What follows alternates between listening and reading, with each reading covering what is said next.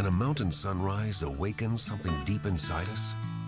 Can a winding trail be the path to what we've been yearning for? In West Virginia, you can look for answers in rolling hills and hidden waterfalls and get back in touch with things that feel authentic and pure. Ask yourself if there's a feeling you've been missing. Then listen to the voice that's calling you to a place that's almost heaven. Find your version of heaven at wvtourism.com. Blog Talk Radio. Alternative facts.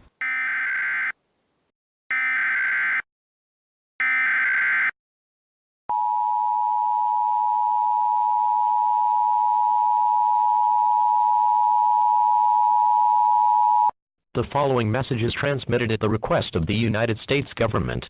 At 12:07 a.m. Eastern Daylight Time, numerous unidentified objects of unknown intent and unknown origin were detected at high altitudes over multiple locations of Earth's outer space by the National Radio Astronomy Observatory, and these objects are presumed to be some form of controlled aircraft. It is not known if more of these aircraft will arrive, or if they will attempt entering Earth's atmosphere. United States citizens are encouraged to monitor local media outlets, as more updates will follow as information becomes available.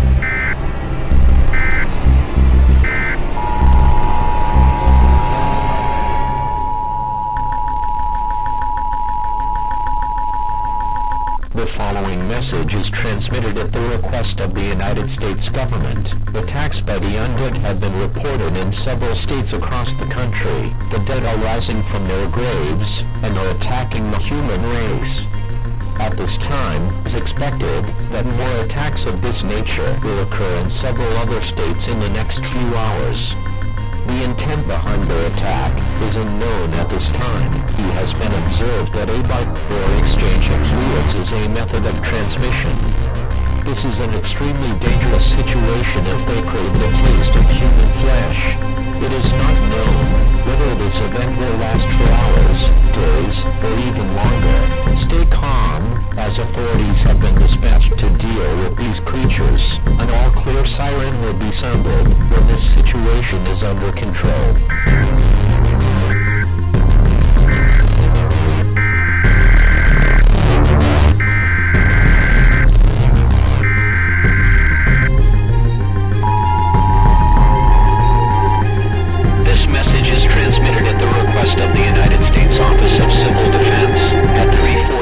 Pacific Standard Time, nor is detected a long-range nuclear missile launcher. This missile is believed to be headed in the direction of all residents within a 400-mile radius of this area should seek a fallout shelter immediately.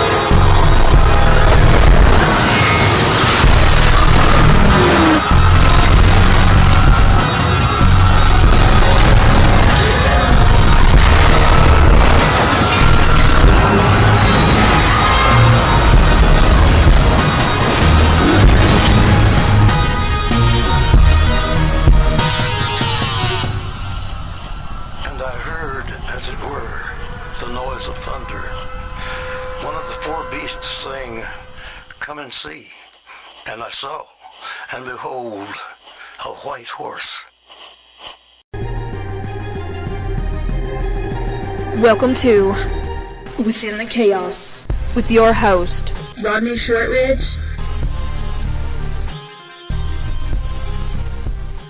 Well, good evening, everyone, and thank you for joining us tonight. You can listen in by going to blogtalkradio.com/Within the Chaos, or listen in by phone. You can dial 323-870-4197. And you can also call in to ask questions to our guests at the same number, 323-870-4197. From deep within the heart of the Appalachians, I'd like to welcome everyone and thank you all for listening to Within the Chaos. My name is Rodney Shortridge, and I'll be your host tonight. We're back!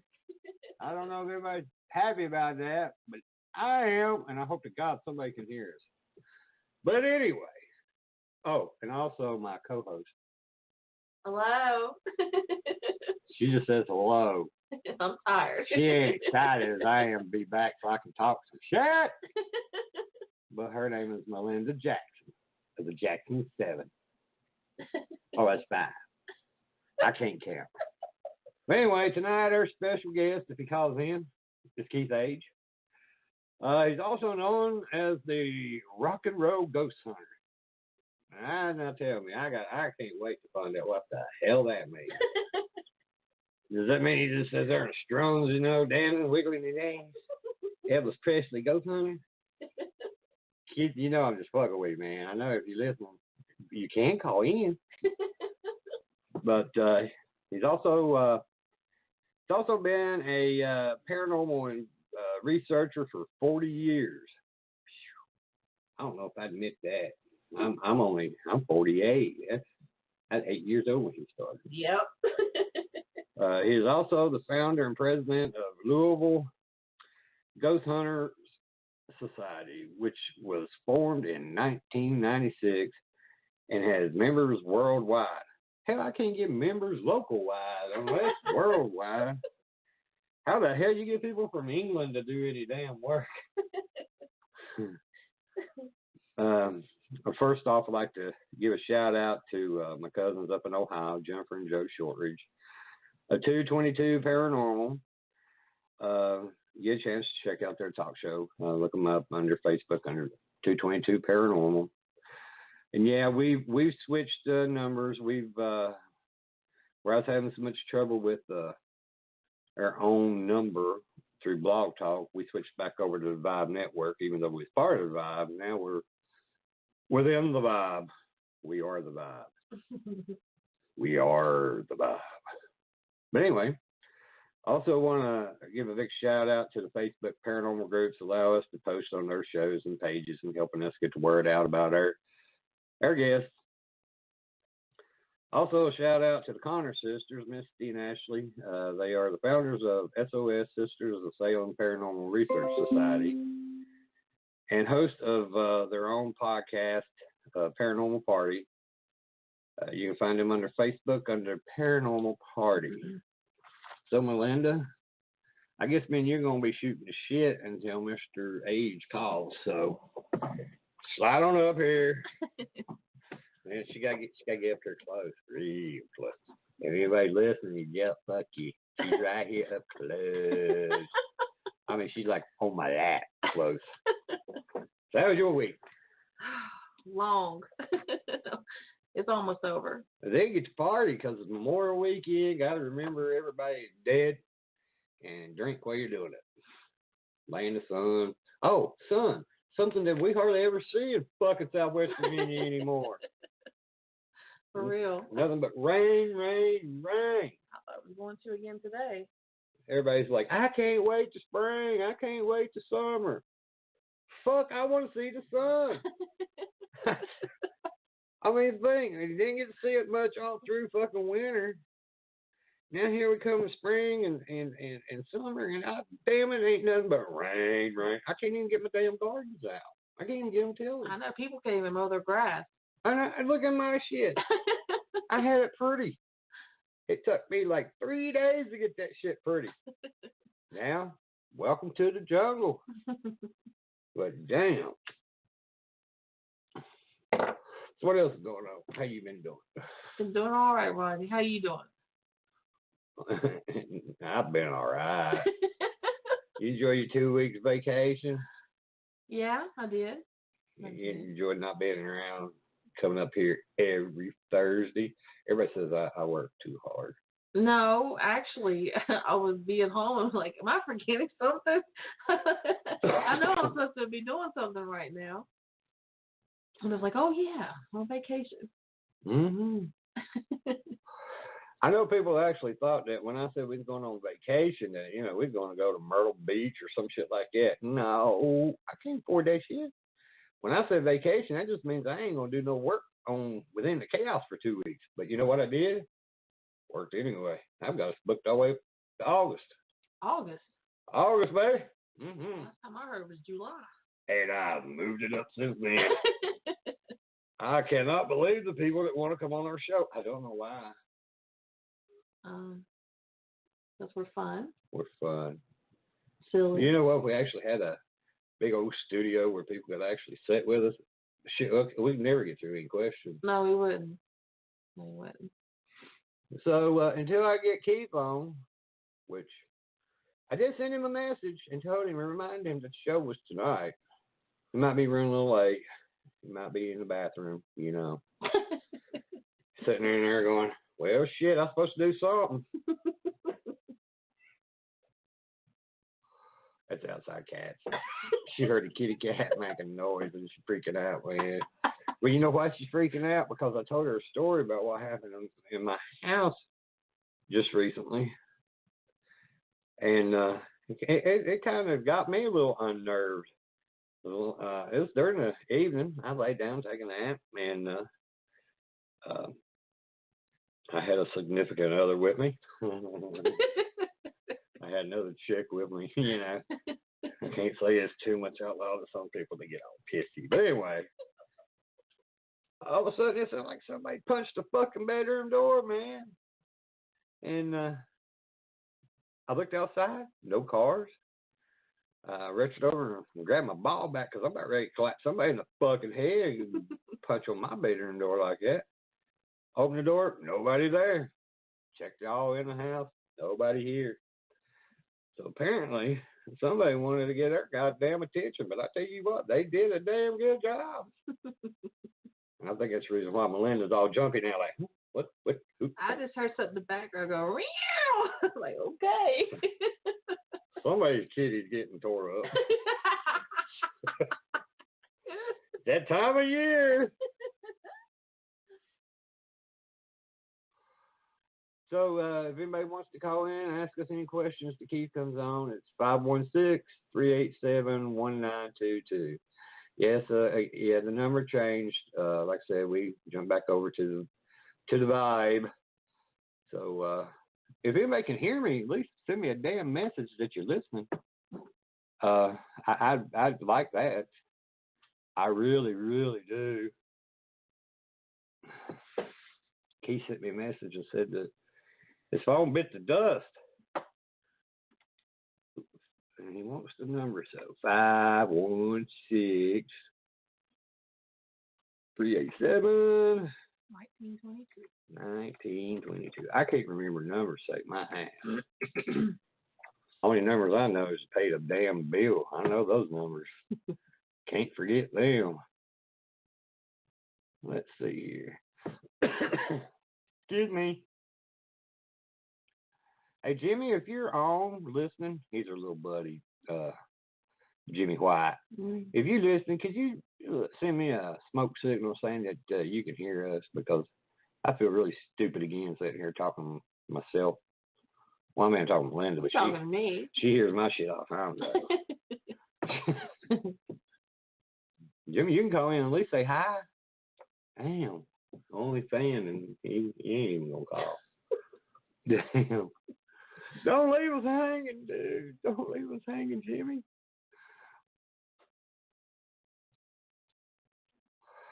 So I've been working on the Phantom Fest, so everybody should already know that we're going to be doing the Phantom Fest on November 3rd down at the Russell County Center in Lebanon, Virginia. And we've got 2 guest speakers so far. 2. Yay! And the first one was Heather Arnold, one from New York, the one that does the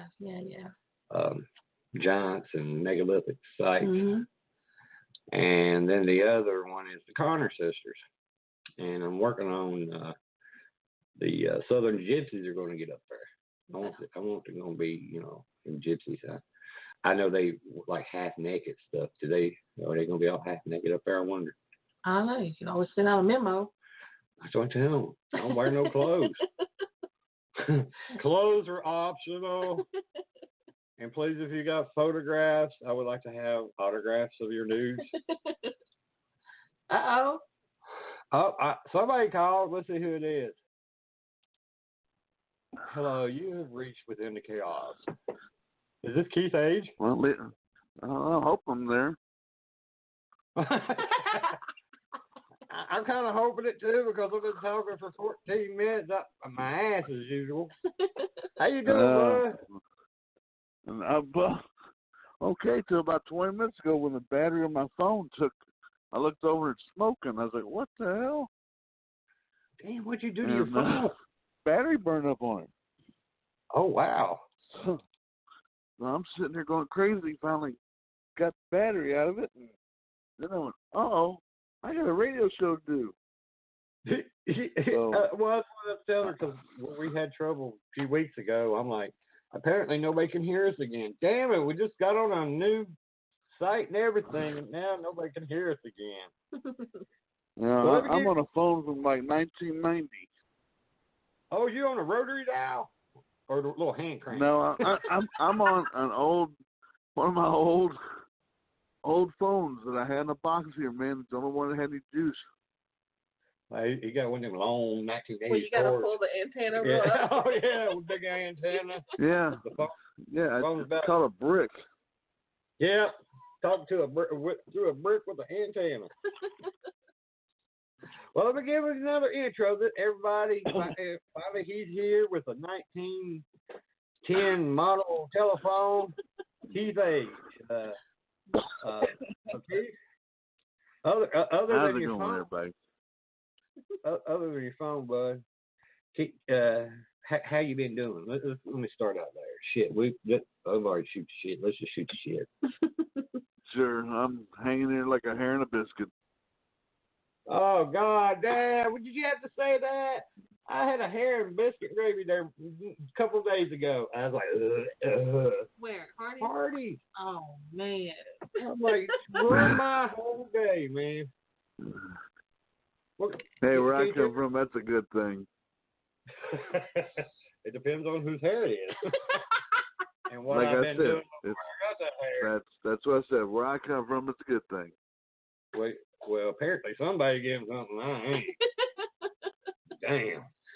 I've hit this dry spell, man. I can't even get a shaving biscuit. Let's just say there's plenty of room on the kitchen table. Hey, down here you can't even put some of them on the kitchen table because your ass be on the floor in a minute.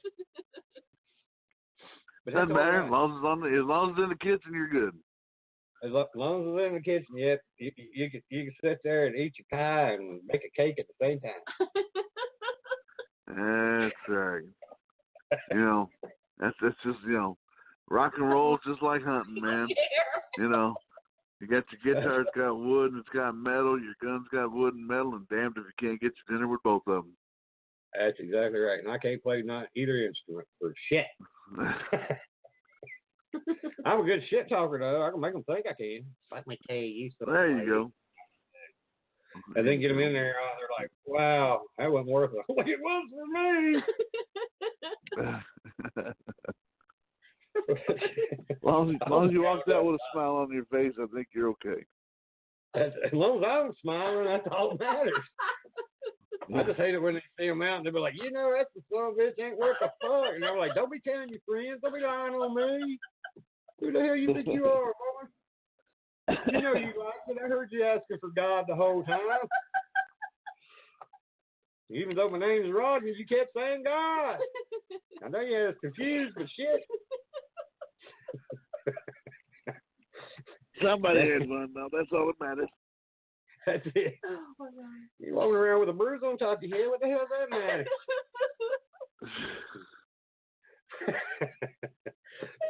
Boy, this interview is really going into things. Everybody's like, give him 2 weeks off more. Oh, that shit, boy. Yeah. Everybody else is going, what the hell channel we just turned into? We're talking about ghosts. What kind of interview is this shit? Yeah, this is ghosts. Yeah, Sex Talk by Keith Age and Rodney Shortage and Melinda Jackson. Don't put me in this. I have to Oh, you in it? I'm an innocent Well, bystander. you're laughing harder. You're laughing harder than both me and him. Yeah, that says right there. She knows what the fuck we talking about. I plead the fifth. Don't pull a Trump. I'm sorry. I'm sorry for all you Republicans out there. I didn't mean that. Yes, I did. Yes, I did.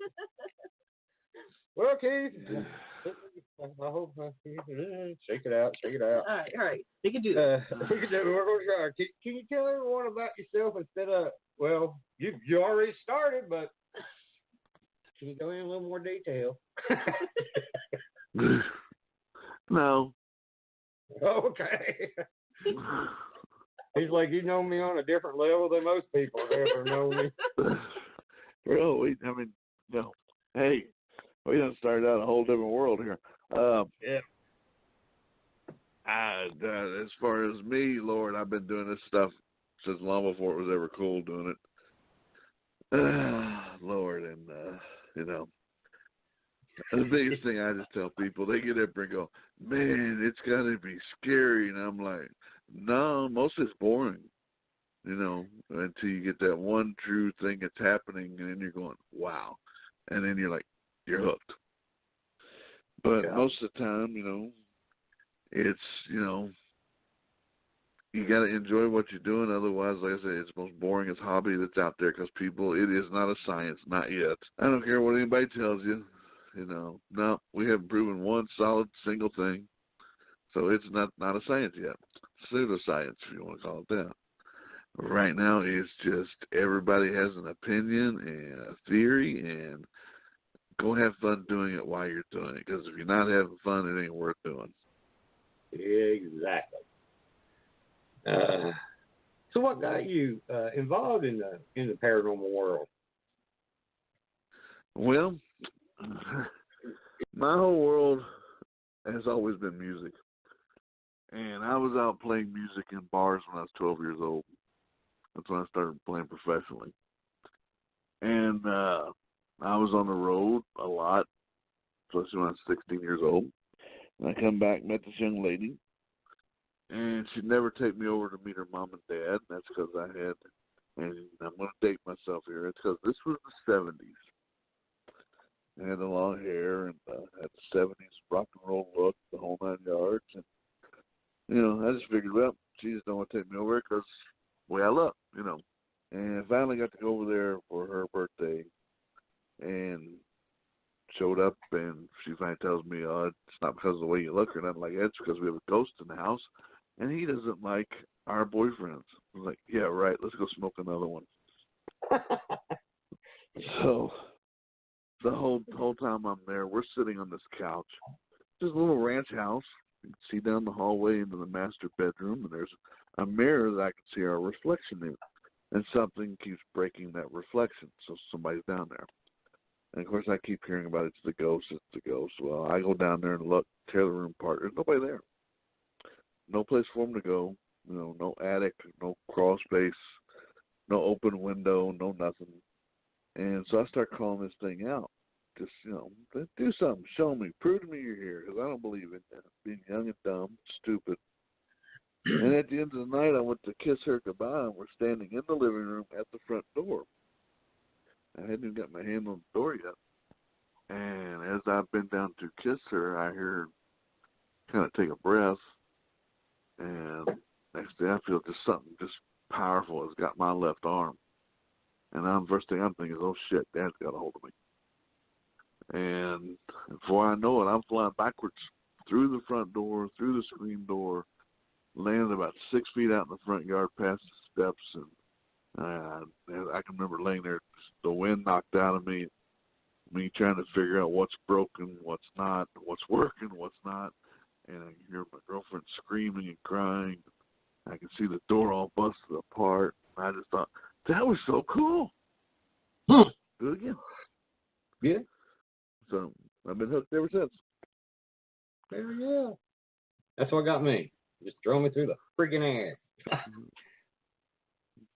But this thing had enough force to put me through a door and about 6 feet out in the yard. I was just like, That was so I left a bruise on my left arm, my forearm, and just a handprint. And I'm just like, wow.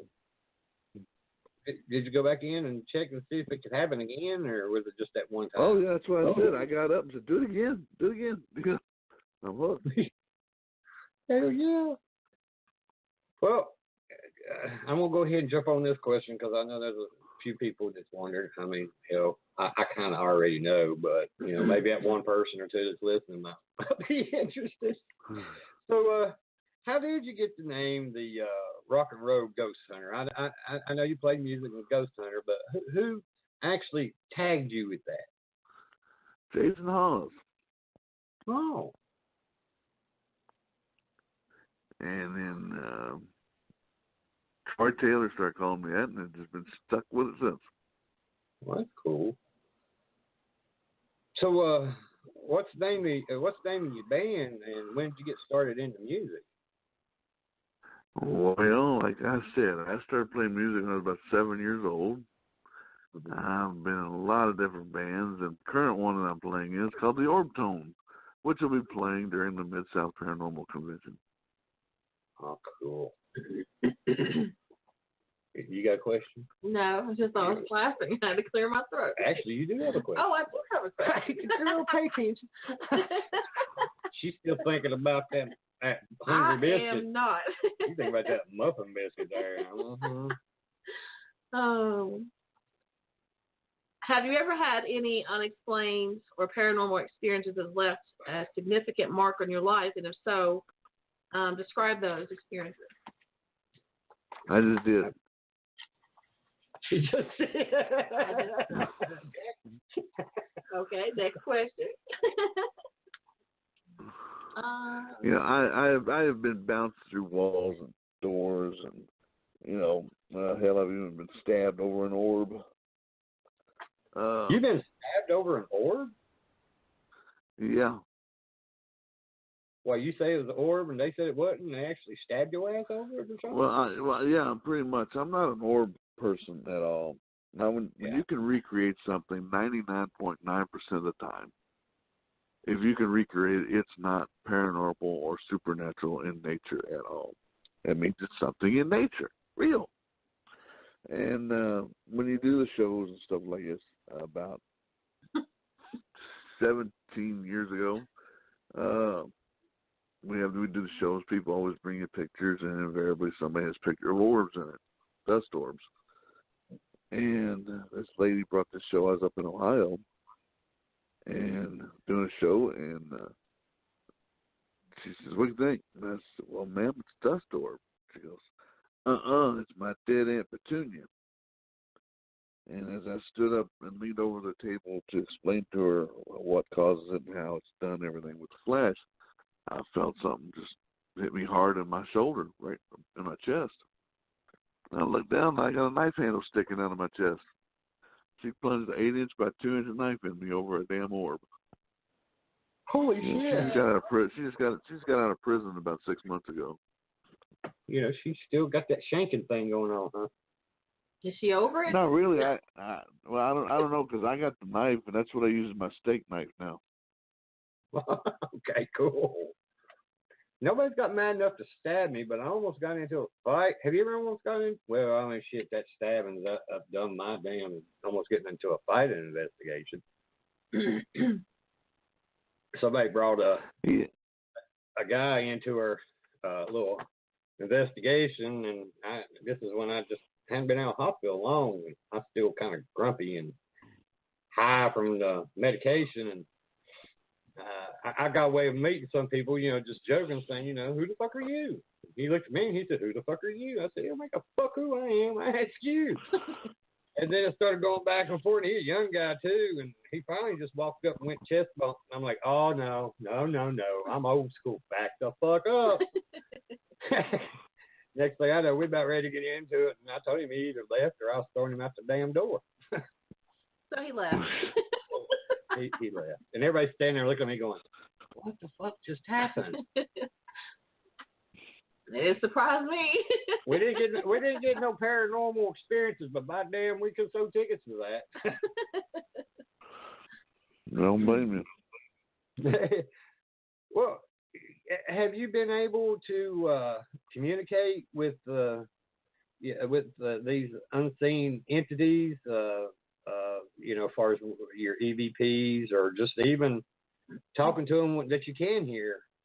And if you have, I'm about as psychic as a brick, man. And like I said, I've had things chucked at me and had my head busted open from flying debris and everything. And if I was psychic, I would have ducked. So, if there's a way to communicate, I haven't found it yet. No one has. But and proven it, scientifically proven it. I'm still waiting for Bob the Ghost to walk up and go, "Hi, I'm Bob." Damn. Okay, that's your turn. It is my turn. She's tore all the fuck, man. Them biscuits and gravy and hair to tore her up. How many investigations have you been in within the years that you have been going on these investigations? You stop making me laugh. It's not my fault. I didn't do a thing, man. We ain't never gonna get another guest. She ain't never gonna come back. You're fine. Now, I couldn't tell you how many investigations I've been on. I've been doing this now going on 40 years. But a lot. Well, check that one off. So that means I was probably doing them long before she was ever born. Actually, that's true. You started doing this. You ready, Keith? I met him in Louisville. Okay. And I can't believe this man is, granted he's kind of giving his age away, but I still can't buy it. But I was 8 years old when he started investigating, and then, like I said, when I met him in Louisville, there ain't no way. Not unless he started when you start when you was like 2? 16. 16. I'm not going to do the math, people. You all can do that. I'm not going to do it because I know some people get a little pissy about their age. I know I'm old. My granddaughter tells me that all the time. I'm sorry. I can't give you exact number. I apologize. Well, that's all right. I'm cool with it. No, I was apologizing to her, not you. Oh. She's the one asking me the question. She's going to do something, I think. What you going to do, girl? What am I going to do? I tell you what. I'm going to ask him, what can you tell us about your old team in Louisville, the Ghost Hunters Society? My old team? Sorry, I don't think it meant to be old. I think it's supposed to be his current team. I'm reading the questions. I'm not responsible. No, that's me. That's on me. Shit.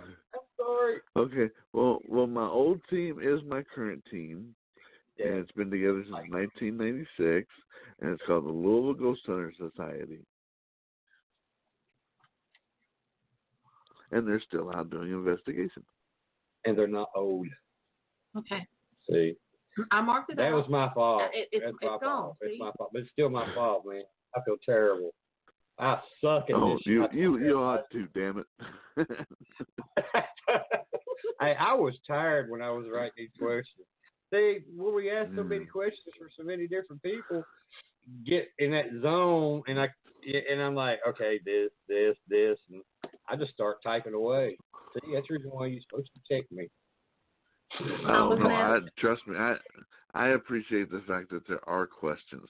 Most of the time when you go do one of these shows, they just get up there and expect you to talk, and you're like going, what do you want to know? Yeah. So I do appreciate it. I've had a lot of guests say that. Even though we fucked up on a question, they'll laugh, and they're like, finally, something I don't know. Something I really don't know. I have to think about that. Nobody's asked that before. Yeah. and I like to have a good time, so do not worry about it. I'm enjoying the laughter, trust me. It's been a long day.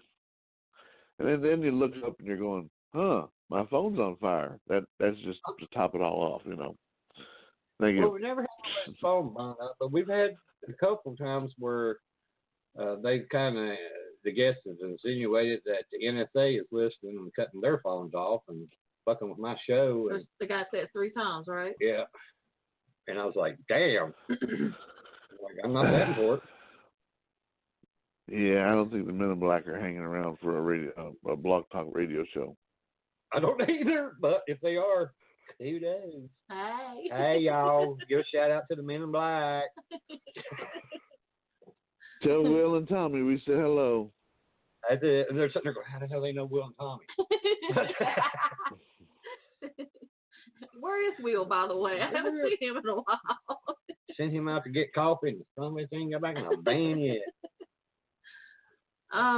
What are your techniques, such as when you're working on an investigation? Do you go scientific, religious, metaphysical, or just spiritually based?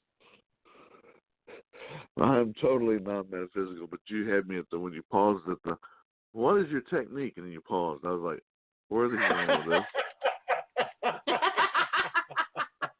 Here we go. Yeah, I was just like, oh my God, okay. I've dialed in the wrong show. Well, I'll start with my right hand. With some lube. But Work your way up to your left. Totally non-metaphysical. Totally. I rely on gear and gadgetry. Like I said, I'm not psychic at all. Cool. You're next. See it? That says your name, Melinda. I'm going to stab you with my pen. Everybody's going to be a witness to the fact. Y'all hear me going, oh, it ain't I'm having fun either. She's hurting me. If I hear you breathing hard, I'll just hang up and say, y'all have a good night and have fun. He's like, well, three's a crowd on this one, damn. That's right. What type of scientific study or tools do you use during your investigations? Anything I can get my hands on. Most of the stuff I do is with camera work, and also, got plenty of recorders. Being a musician, I got plenty of recorders, digital recorders that we try to capture EVPs on. And probably the biggest tool I use is the thermal imager. Sorry about this. Damn it. She's cutting up, man. Do I need to take this quick? Look, I know I used the word tool, but give me a break. Oh, she lost, man. She lost her Cheerios when you said tool. Oh, here we go. And I know that next question, and I know what he's going to say. And no, there was no mention of Vaseline or anything else, so just give me a break. Okay, well, this one will be interesting. What is your favorite piece of equipment to use during an investigation? Oh, God, she must have got hot and bothered because I think I just answered the question, didn't I? Well, she lost it when you said tool, and I couldn't quite hear what you were saying. So I was just like, let her go with it. I'm going to see where this goes. I'm going to go down the bunny hole. I ain't touching that one. Himself, he uses himself as a tool. Okay. Yeah, like most men do. Thermal imager. There, is that better? I said it with no inflection in my voice whatsoever. There, we got it. He likes to eat. Okay, thank you. There we go. Okay, it's me again. Have you ever been physically, emotionally, spiritually attacked? I think we've already discussed that. Well, I like you. But as far as emotionally or spiritually, has he been? Oh yeah, we could do that. Yeah. So I don't know. It's like people have asked me, said, "Have you ever bring anything home with you?" And my usual answer is, "Not unless I've been drinking."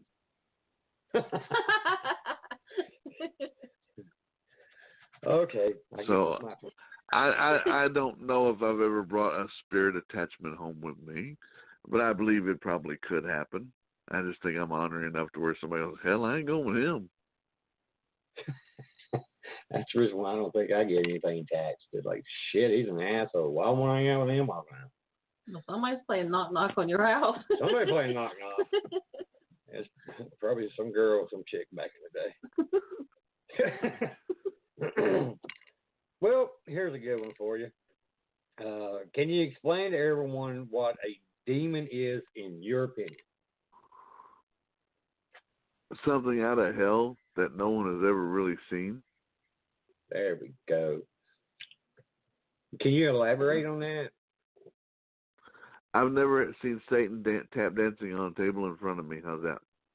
There you go. And you've been doing this for 40 years, right? And I've been doing it for 10. And plus all the things that have happened growing up and everything. And I've never seen what a demon or anything like that. I've seen some pissed off people, but. Oh, yeah. I mean, there's a lot of shows and stuff out there that they want you to believe that, yeah, there's a demon underneath every bed. And that's a problem we've got right now in the paranormal community, where there are way too many groups who think there is a demon under every bed and will scare the hell out of somebody. We had a guy call us one night. Says, "The guy, get out of here. I'm ready to walk away from my house and everything." And I'm like, "Why is that?" He goes, "Things are happening. We got demons living here." And I'm like, "How do you know there's demons living there?" He goes, "Because we had another paranormal group that was just here for 15 minutes. And they ran out of here screaming. Ran out of the house, said, I got 7 demons living underneath my stairs." So here's a guy that's ready to walk away from his house, his kids, his family, everything he owns, and just go outside and shoot himself in the head because some idiotic group that he called upon walked in and said, "Ooh, ooga booga, I feel this, I feel that," and did no investigation whatsoever and screamed out of the house after 15 minutes of scaring themselves to death or acting like idiots, one of the two.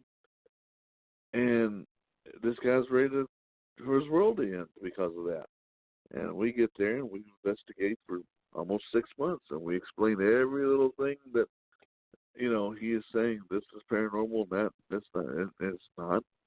And finally we said, "We're out of here." And he goes, "Where do you think the 7 demons went?" I said, "I think they left 15 minutes after they got there."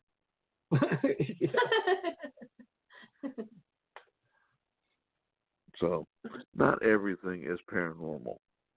I mean, I know I'm probably a Debbie Downer here because people are going, "Well, this guy's saying this stuff isn't real." I said, "No, I'm not saying that. There is true paranormal phenomena out there, but it's not like everybody thinks it is. My name is not, Mulder and Scully. It doesn't happen like that. You're lucky if you capture something. You're really lucky if you capture something on tape or film, or sound. But it doesn't work that way." Well, I'll get plenty of hate mail for that, but that's okay. Yeah, I get a lot of hateful feedback too. But how do you deal with people when you're sitting down there after an investigation and you say, "Okay, this is what we've got, and it's not much or anything at all"? Have you ever ran into people giving you hell that you didn't do it right, or you're full of shit because you don't know what you're talking about because they experience it all the time? Oh, yeah. You know what you do to those people? Walk out. No, you just shoot them. Oh, okay. Well, I don't know about up where you're from, but down here they kind of frown upon that shit. Yeah, they put you in a very, very small space. With somebody named Bubba. Well, as long as Bubba's got the soap, you're okay. Anyway, no, I'm kidding about the shooting part. That's just a go-to saying for me. That's because I've been accused of shooting a psychic before, and people believe it. So I didn't shoot her. I shot over her head. Well, so you shot over her head, but you didn't shoot her. Right. I did not shoot her. I did not point. No, I did not point it at her. I did not shoot her at all. Well, why did you shoot her? Shoot over her head? Or shoot up in the air? She was acting like an idiot. Okay. That'll do it. Yep. Okay. Well, they do that shit here. Yeah. When you have someone that gets, we have a place here in it's outside of Louisville. It's called Hell's Gate. It is one of the most kind of quote famous places to go to. It ain't nothing more than an old family country burial plot. It's back in the woods. Okay, that's all it. It got the reputation. Somebody saw a bug and said, "Ooh, it's a demon," and it caught on, just like the conversation we just had a minute ago. So anyway, I know the family. I made arrangements because you have to drive back in the woods to get to it. And this psychic drove up with a 16-passenger Ford van filled with her disciples. That's the best way I can describe them. I never met this woman. We were waiting at the road for them to meet us there, and waiting so when she gets there, you got like a half-mile hike just to get to the cemetery. And as she gets out of the van and walks over to me, she drops to her knees and starts writhing on the ground, going, "Oh, St. Michael, help me, there's too much dark energy." And she's writhing on the ground, and I'm just like, whoa, but she's still talking, and, she's praying for St. Michael, and I'm like, well, at least she's not dying. Okay, she's got air. And then her disciples kind of all kneel down and put one hand on her and one hand up in the air, and they all start chanting and all this, and I'm just like, okay. You remember the old movie Ghost of Mr. Chicken? Mm-hmm. Don Knotts. Remember that? Yeah. Yep. Don Knotts. Yeah, that's what this is reminding me of. Where the women would touch Don Knotts and they'd say, "Tarot, tarot, tarot." Well, that's what this is beginning to look like.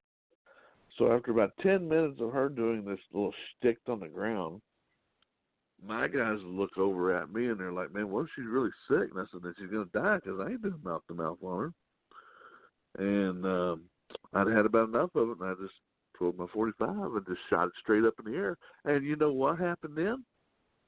She was healed. I'll be damned if she stopped automatically just as soon as that hammer hit that bullet and it fired. She looked at me like a deer in a headlight. And I'm just standing there, and she stopped writhing. She stopped pleading for St. Michael to help her and didn't say no more about dark energy or nothing. She just got up. She went and got in the van. They all left. And to my guys, I said, "Damn, it's the first time I've ever seen a demon run from a .45. It's a miracle. You saved her. So I didn't. That's right. I saved her. I did not shoot her. I did not shoot at her. I didn't shoot off her toe. I didn't do nothing. I saved her. Hallelujah. All night. Oh, yeah. You shot my motherfucking piggy toe off. Now, if you go talk to Scotty Rourke, who is a psychic, he'll say, "Oh, no, Keith, they shot her. We know he did." Oh, my gosh. Why does that name sound familiar? Scotty Rourke. Well, Scotty Rourke's a psychic. Scotty is one of the very few psychics who I'll say Scotty has a gift. Oh, okay. And I can count on my one hand of how many psychics I think have a gift. The rest of them are either very well intentioned, wish they had a gift, think they have a gift, or just plain outright scammers out there just looking for a buck. Yeah. I agree. There's quite a few of those. Mm-hmm. But I know some real deals. But I'm like you. I can count them all in one hand. Okay, your name. See, it says Melinda. It does. All right, Rodney. I'm sorry. I've been an asshole. Okay. Are there any teams or individuals in the paranormal field that inspire you? And if so, how did they impact you? There's a few that do have my respect, quite a few. Troy Taylor has been a long time friend of mine, and I do give a lot of respect to Troy. But I've been friends with a lot of these guys for a long, long time, so a lot of them have my respect. And even people who I have not met who are in it for the right reason, they're doing it for the right reason. They definitely have my respect. But if they walk in with their hand over their eyes and they're going, "Ooh, I feel this, I feel that," shoot them. Just right then and there, just shoot them. Doing it for the wrong reason. Or if they're standing there going, "I feel this, I feel that," and their hands out saying, "Give me money," yeah, definitely the wrong reason. Or if they think they're going to get rich, famous, yada, yada, yada, because, it's like the people go, "Well, you got a TV show." I said, "I've got quite a few TV shows I've been on." And, but I was doing this long before the TV shows ever came out. You know, I wasn't looking for a TV show to be put on like almost everybody is nowadays. I just happened to be in the right place, right moment, at the right time. And it just happened that way. And, you know, I'm one of the actually very few of us paranormal investigators that can be documented of things that I've published before, you know, the early 2000s when the TV show craze hit. So, yeah. Yeah. Did you just go, man? He did. Yes, I did. Yeah. Stuck my tongue out and went, yeah. I was sitting here reading, and listening to you, and I'm like, okay. And then I'm like, did he really do that? So, what is your opinion, your personal opinion, on what a ghost could be or what it is? Again, we don't know what this stuff is, so all I can give you is my opinion, and that has changed all through the years to various different things. You know, I would like, we've seen things where they've interacted with us and they've done it intelligently. And then other times things just seem like it's mindless and someone's just trying to get your attention. So, you know, I would like to think that it's somebody who has crossed the veil on the long voyage and, you know, who's trying to communicate. But it could be some little green men on some far off planet going, hey, watch this shit, you know? You know, I've got a theory about that shit, but you go ahead. You know, so, I mean, you know, it's all theory and conjecture right now. I'd like to think it's somebody that is, you know, what our general idea of a ghost should be is someone who's crossed over and is trying to get our attention. Okay. Well, what do you find the most challenging while doing an investigation? And you know, you already went over the psychics. That's a check. You already went over the crazy people telling people that there's demons. That's a check. What other challenges do you find within an investigation? You just want to check on your paper, didn't you? Check. People check. She's in here with a big check. Yeah, she must think I'm an asshole by now. Jeez. Do you think he's an asshole? No, I think he's cool as hell. He's like me, ain't he? Yes. Yeah, see? I'm a veteran at this. What happened? Yes. Oh, okay. Well, I'm proud to be a part of that clan. I'm an asshole too. Check. Yeah. I'm proud to be a Czech. I'm proud. Anyway, no, it's okay. Here's another one.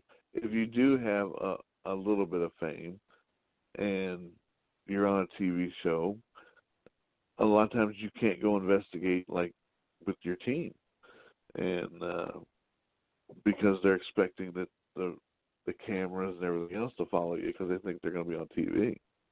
That's happened quite a few times. I see that. Well, have you ever been, you know, on a location or during an investigation that you've been, you know, maybe afraid that, you know, something that has got you a little spooked? And if so, can you explain what happened? Brother, I'm a musician from the 70s. I ain't got enough brain cells left to be spooked. I knew he was going. I knew something like that. I knew. I just felt that one in my bones. Check. Yeah. Yeah. Well, this is going I have never been scared doing this stuff. I've been worried about who is on the other side of a door, not a what, at times. But yeah, I mean, I have been spooked where a door is slammed I wasn't expecting or something like that. Or somebody's jumped out in front of me and I broke their jaw for them, you know, things like that. But as far as the supernatural side, no, I've never been scared.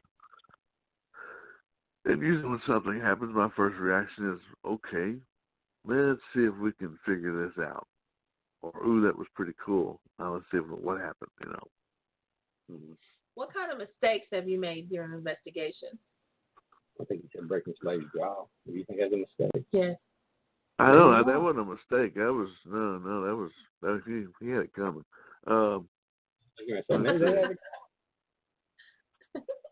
Let's see. As far as mistakes, everybody makes mistakes constantly. When you do make a mistake or, own up to it and go on. It's called being an adult. Don't be in the, my shit's always correct, But I've learned a long time ago you can't argue with a drunk and you can't argue with somebody who's got their mind made up. So, what are you going to do? That's the truth. No more Trump supporters. Huh? Shit. God, you hush talk in my house. Yeah, it's like the lady with the knife. She was convinced that was her dead Aunt Petunia. Petunia. Who would name their kid Petunia? That's terrible. Porky Pig. Why do you think I could remember the name Petunia? No kid. You want to know if I ever had anything traumatic happen? There you go. They named you Petunia. That's what's traumatic about this case. That's right. Well, what's the best evidence that you've captured, either on audio or video or still camera? Okay. Well, you didn't say thermal, so I can't tell that one, huh? Well, thermal, sorry. Well, I kind of figured that, video would fall under thermal. I guess I need to. Oh man, I gotta pick my question. Okay. God, you're being so picky. Jesus. Anyway,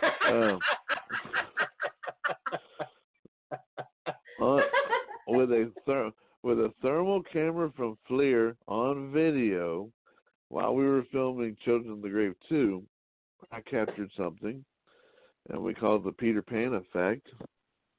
I don't know if anybody's used to using a thermal camera or not, but when you use a thermal camera, you get heat reflected off. If you're standing next to a wall, you get a heat reflection, and therefore it looks like there's a second body behind you. It's your thermal shadow, if you will.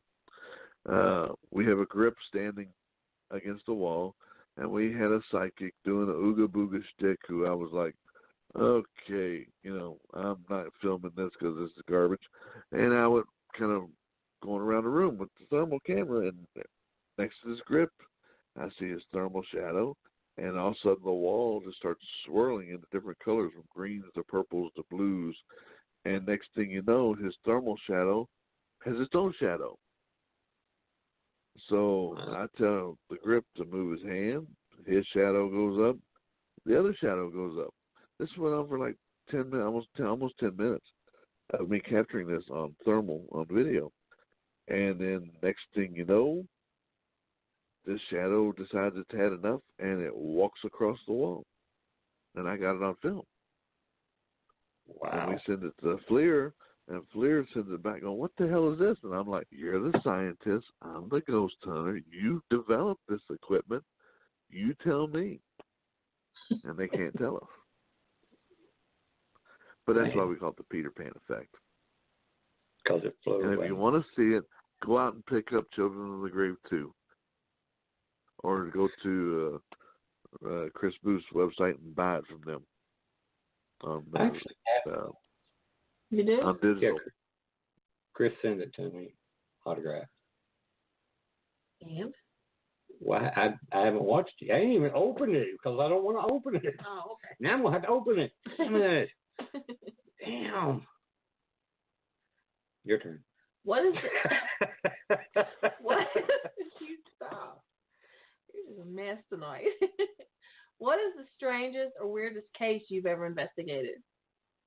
Oh, Lord, there's been plenty.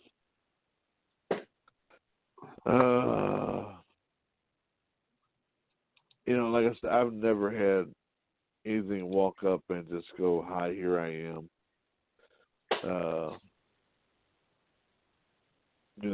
I've dealt with issues of possession and stuff like that. But when I say possession, I don't mean Satan is standing over and controlling them like a puppet.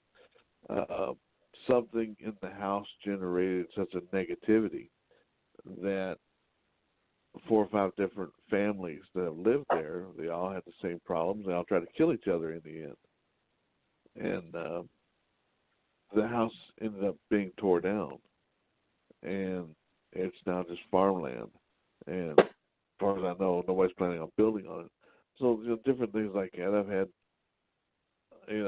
when you say weird, I've been thrown through walls and bounced up and down stairs and stuff like that. On one investigation, I broke my collarbone, my shoulder, 3 ribs, and my right forearm. If you want to say it's all supernatural problems, then that'd be it. But I've done a lot of different things where it's all interesting to me. And it sounds painful. Been known to be. That's what God made Jack Daniels for. Good old Jack and Coke. No, I just said Jack Daniels. No, it's my turn. Oh, it's your turn? Sorry, I didn't mean to try to just jump ahead of you. I know. I'm sorry. What the hell did you do that for, man? Now you hurt the girl's feelings. Jesus Christ. It's all right. I think I can make it feel better. Again, 3's a crowd. You guys have fun.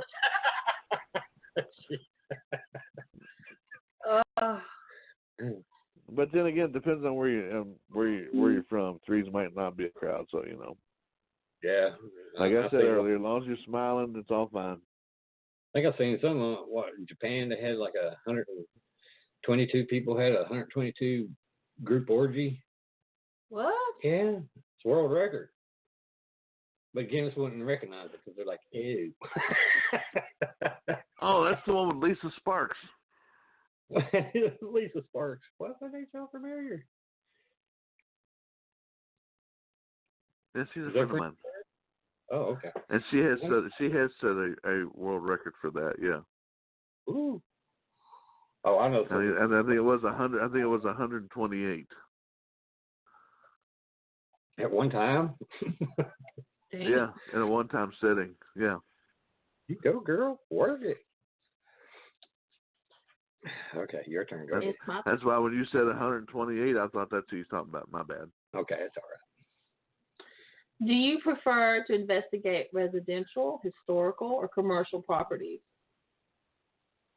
How are you talking to me with a straight face after that last conversation? I'm sitting here smiling like a motherfucker because I'm sitting here going, yeah, I know Lisa too. I like investigating any place and everywhere. Did you hear me? Or is she still spitting out her drink? No, I'm listening. Go ahead. As I like to investigate any place.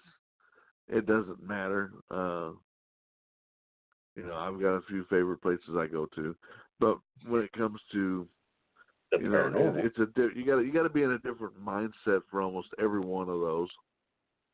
If you're dealing with just a home, you're dealing with people, therefore you're dealing with emotions, and it's their personal space and stuff like that. So you got to be very respectful, and you got to watch how you say things and what you say. If you're dealing with a place, you're usually with public people and everything else, and they're wanting to be entertained, if you will. They're wanting to go. That's why when people go to a lot of these places that I have events at and stuff, I let them go. Just go, enjoy yourselves, have fun. I'm right here if you need me. Or I'll help them with equipment. We'll try to interact or whatever we can. And then when you're dealing with commercial spaces and everything, that's when I can enjoy being with my group and stuff like that because we're there by ourselves. And that's what I made the group up for, was to be with other people and to have fun doing it. That's cool. Yeah. No Lisa Sparks has never been on an investigation with me. That's what's in wondering. I'm sitting here going, won't be really investigated that area really well. Here, I got my FLIR, baby. Let's see how hot it really gets. Been there, done that. Anyway. So, what are some of your favorite places that you have investigated? That I have or haven't? That you have? Haven't would be I love yeah, the list is smaller when you say haven't. Post Town Elementary, I love Post Town. But I also love Daryl and Brenda. They're just great people. That's part of the reason why I love doing it. Whispers Estate over in Indiana, great place, loved it. Probably my favorite thing I've ever done was for almost 4 weeks. It was just me on a motorcycle riding across Australia by myself, doing it, posing haunted location. Wow. That's cool. That's cool shit. Some Mad Max shit there, man. Mad Max and the paranormal. Mm-hmm. Well, it depends on what you have, what you think Australia looks like. Australia goes from being looking like North Carolina or Florida, and then you go about 15 miles in, and it does start looking like Mad Max stuff.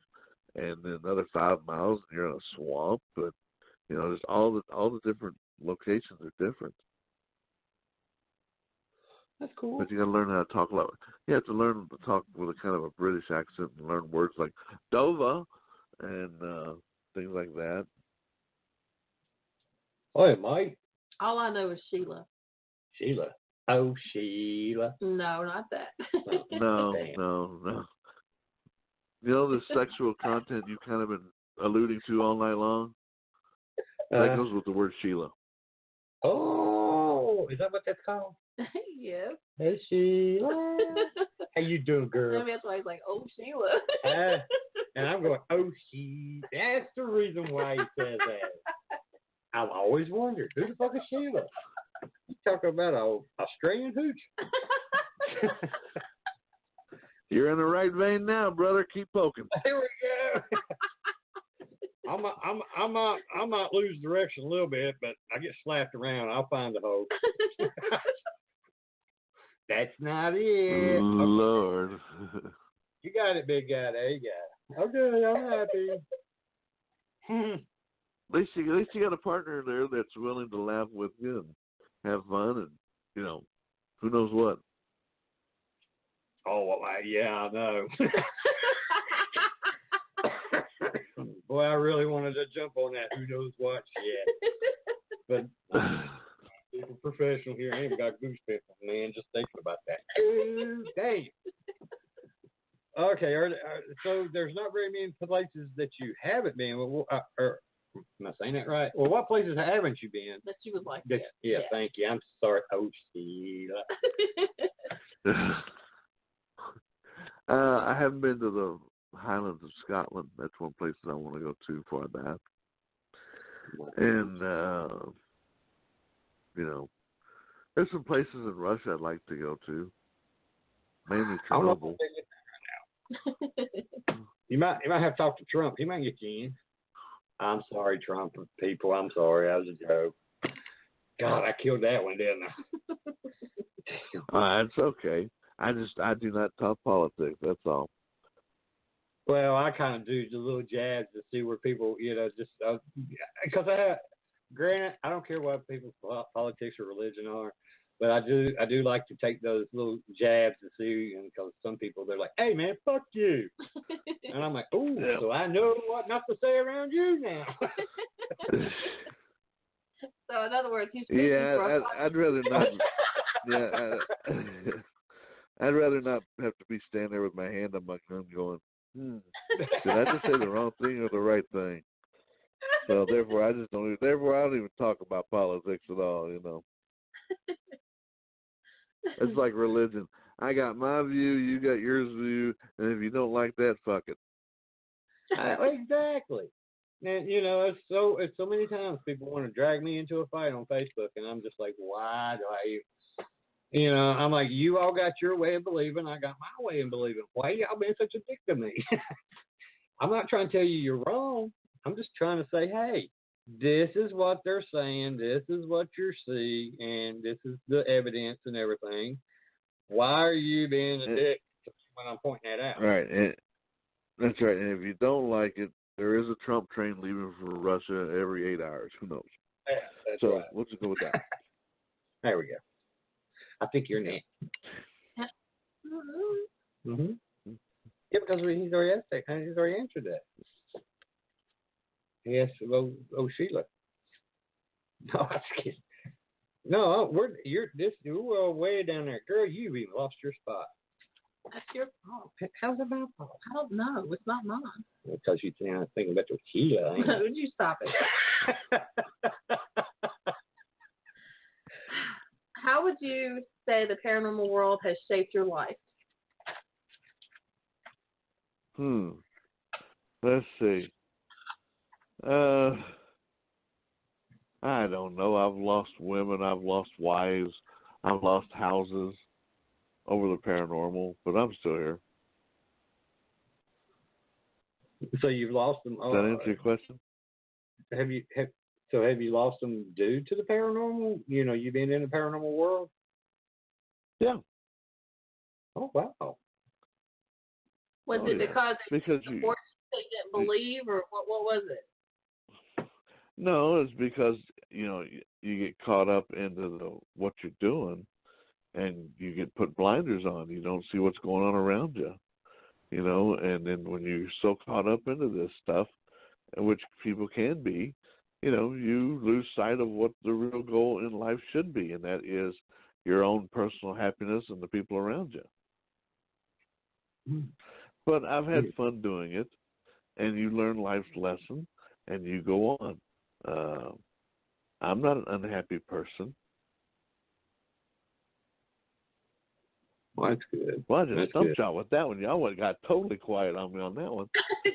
Well, I'm just sitting here going, wow, man, it was deep. It was. I'll just let him have his moment. Enjoy that. It just got deep, huh?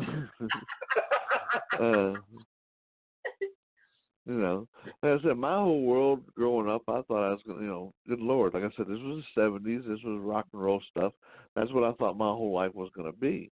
And, it took a left turn when I came into contact with true paranormal activity. And, I've raised my kids and the whole 9 yards, and, I'm here, I'm alive. Yes. And that's awesome. Bless you. Yep. Thank you. Son. Shit. Well, what's your opinion about, all these paranormal TV shows that's been out since you've been investigating way before they came out? Do you think it's hurting the paranormal field or actually helping? Well, it's a double-edged sword. It really is. And people go, well, how can you talk? You have a TV show, which I do. I just filmed another one. It is a double-edged sword, but a simple fact. This is the biggest crest that we've been on as far as publicity goes. Where it's gotten it out there to the mainstream public. There's always been a paranormal show on. Go back to the 70s with In Search Of Leonard Nimoy. Which I always thought was great. And then, like I said, the biggest wave we're rating on, Ghost Hunters came out in 2004. We came out in 2005. And, our shows are still playing. And then, so it's brought out to the public consciousness then. When you've also got so many shows on now that,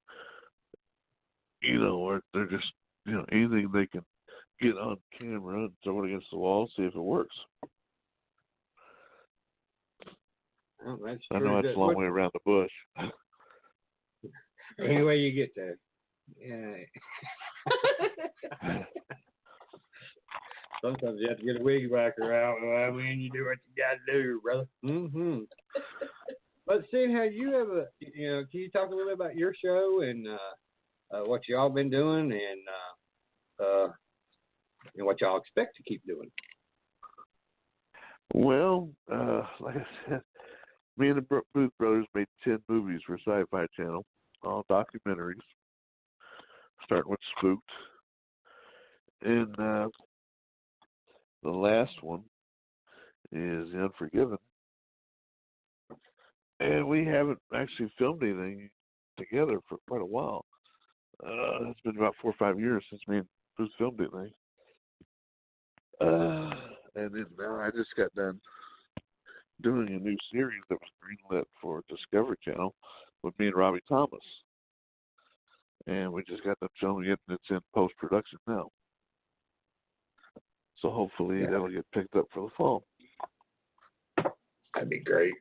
I've had Chris and Robbie both on the show. The first time I met Chris was at Penhurst, and I walked around the corner. Next thing I know, I've got this little guy jump on top of me going, "Hey, brother!" And I'm like, "Chris?"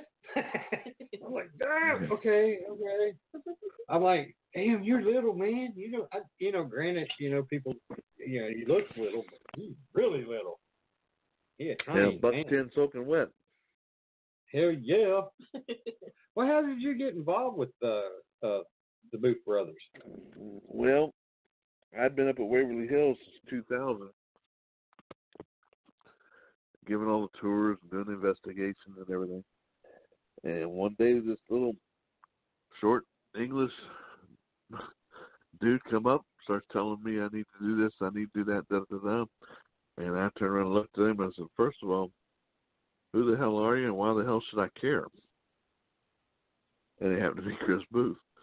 And no one told me they were coming up to film a horror movie, and I just got some English bloke sitting there telling me, "Go do this, get me that, da-da-da-da-da." And no, it ain't going to happen. They don't fly like that up here. But, so then they were filming Death Tunnel, and then I ended up being a consultant on that for them. And then while we were filming Death Tunnel, real paranormal activity started happening to them there. And that's how Spooked was born. And so we started shooting Spooked while they were shooting Death Tunnel at the same time. And then SyFy liked it and picked it up. And from there we went. And from there I call those two guys my two English brothers. We did a lot of traveling together. Yeah, I haven't met Philip.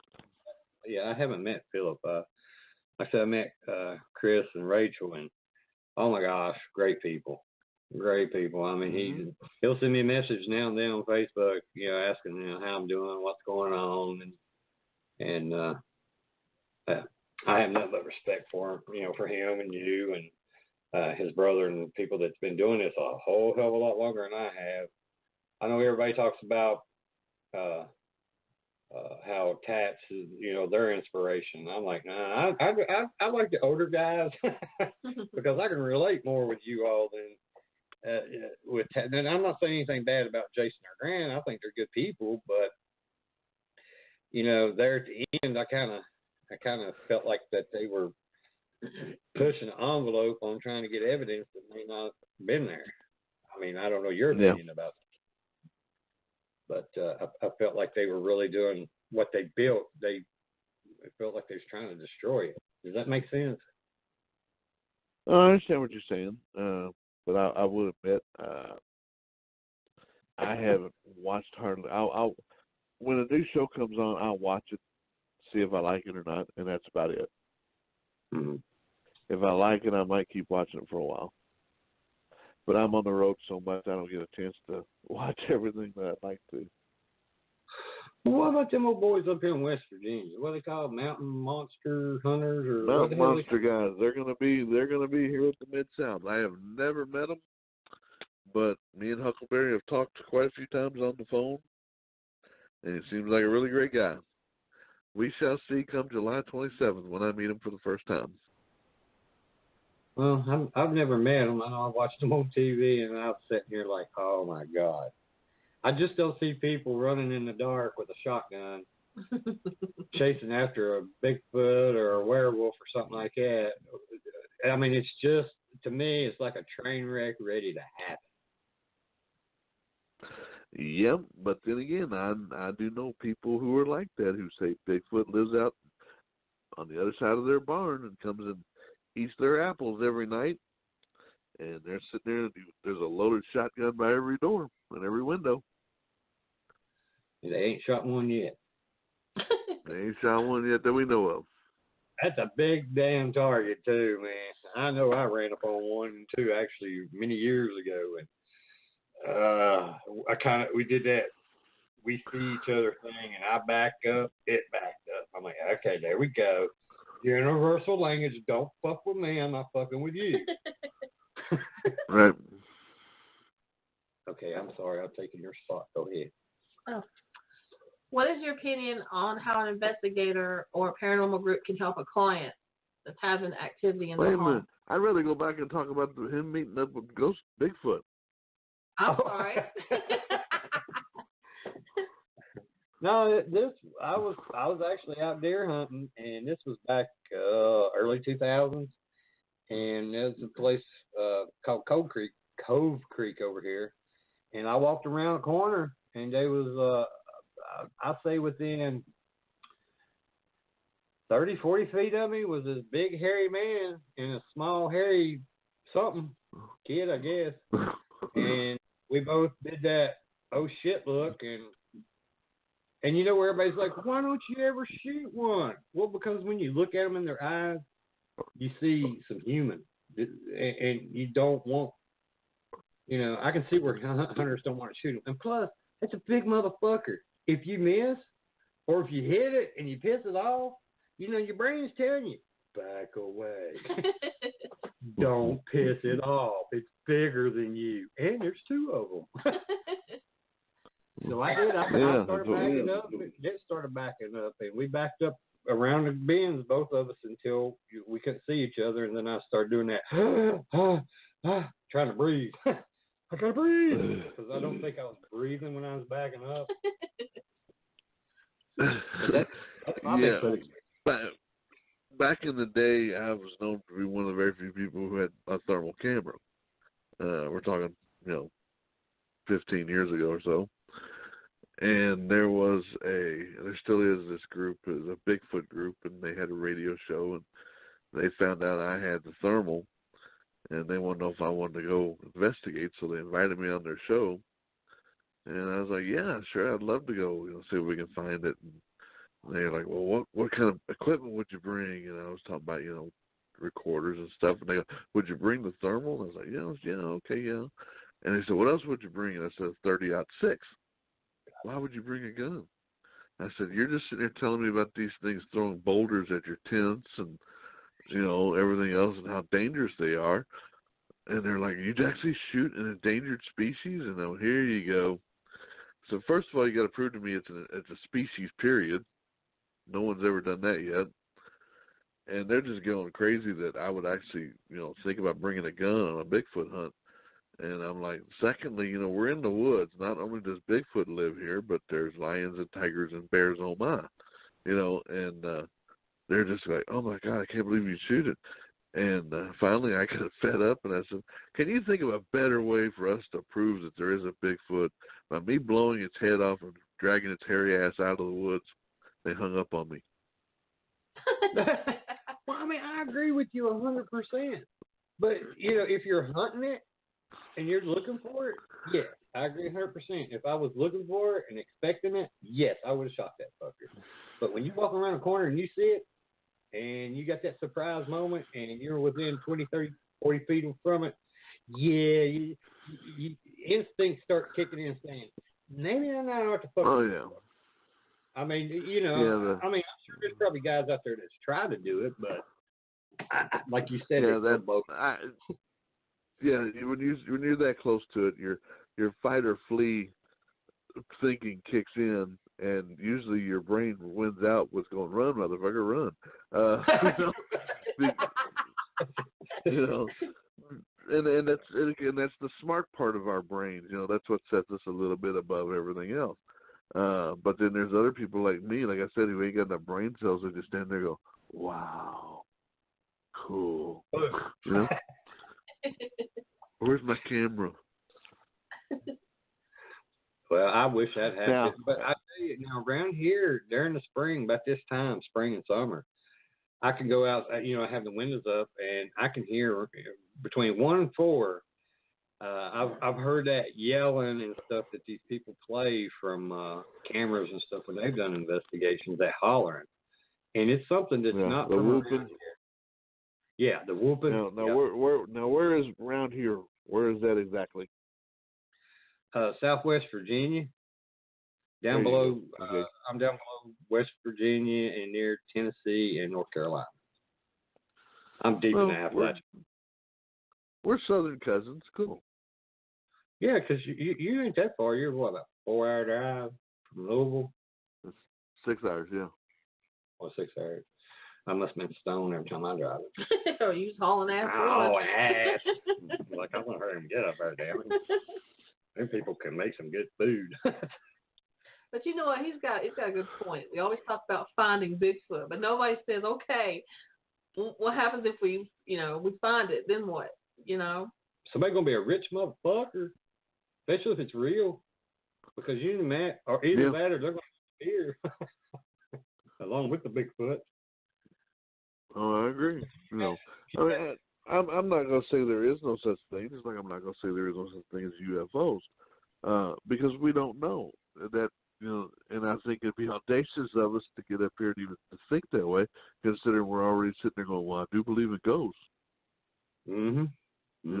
That's true. And I've talked to a lot of people, and this has been one of my theories: is I think it's all connected somehow. I got that little green men on some far off planet going, "Watch this shit." That's what I figured. Well, I mean, it makes to me. Can you imagine if they are some type of wormhole or some type of parallel universes, and somehow maybe they're hearing us and going, "Damn, you hearing ghosts?" Maybe a ghost to them is just us, and vice versa. A digital shadow. Yeah, digital shadows. I've seen. And they're watching TV, and we look like Abbott and Costello to them. And then I look at them dumbasses.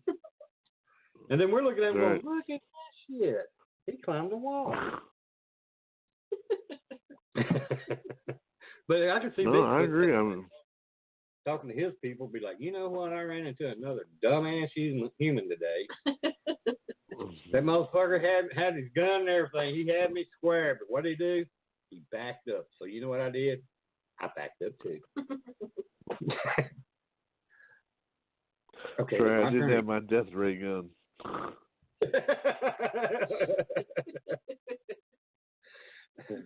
Is it my turn? Yeah. Oh, okay.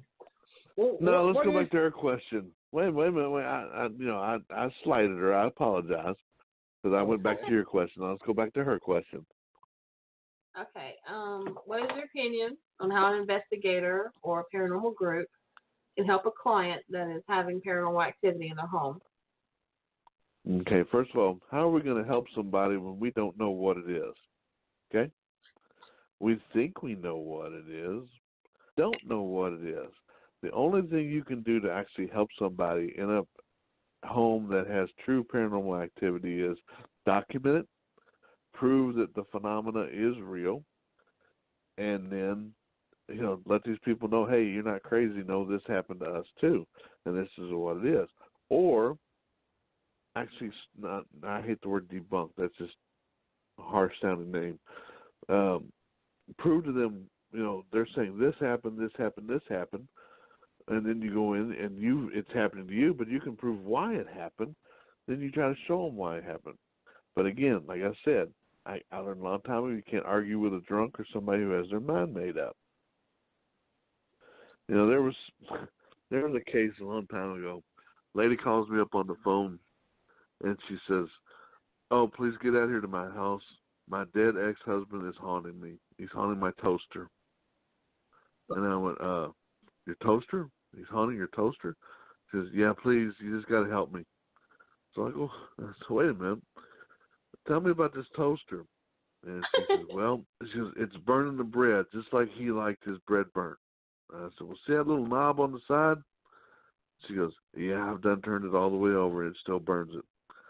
And I said, "Well, then, where'd you get the toaster from?" She goes, "I just got it from Walmart." I said, "Take it back." "Oh, no." She says, I'd hate for him to be haunting those people at Walmart. I go there every day. and I'd hate for him to be haunting those people there too. They're so nice. I said, okay, throw it away. No, I make cookies for the garbage men because they work so hard. She's just, oh my God, it's just, this poor woman. And I'm like, okay. And she goes, what am I going to do? She says, that's why he's my ex-husband. We got divorced, and now he's dead. Now he's come back to haunt me. What am I going to do? And I was like, well, I'll tell you what, lady, we're going to get rid of your ghost right here, right now.